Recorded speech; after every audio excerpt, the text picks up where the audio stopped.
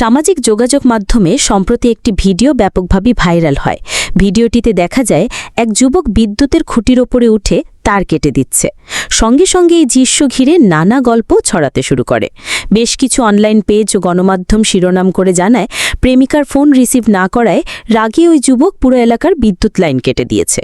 খবরটি পড়েই অনেকে অবাক হন, কেউ আবার হাস্যরসে ভরপুর মন্তব্য করেন।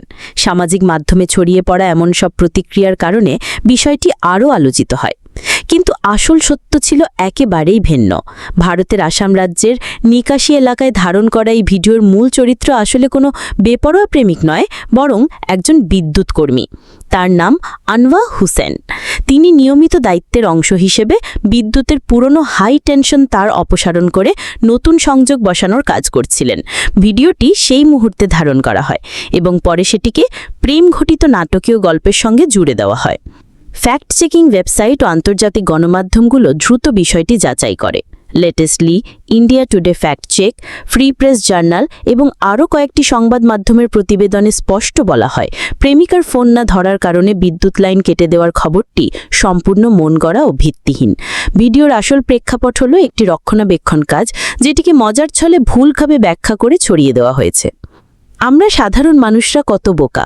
কেউ একটা ভুলভাল কথা ছড়িয়ে দিল, সংবাদ মাধ্যম সেটার ভুল ব্যাখ্যা করল, অপপ্রচার করল, না জেনে না শুনে সত্যটা যাচাই না করে বিশ্বাস করতে লাগলাম।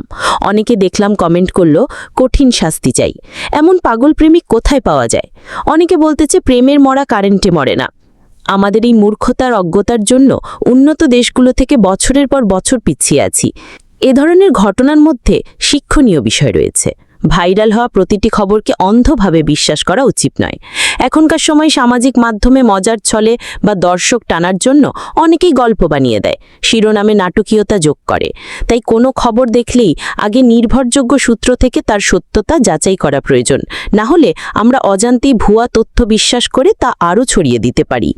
এই ঘটনাটি আমাদের মনে করিয়ে দেয়, সত্য ও গুজবের মধ্যে পার্থক্য করতে হলে সতর্ক থাকা জরুরি।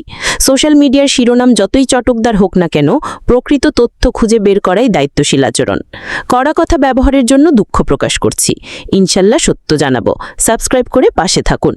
পরিচিত এখনও যদি কেউ মিথ্যায় ডুবে থাকে, শেয়ার দিয়ে সত্য জানিয়ে দিন।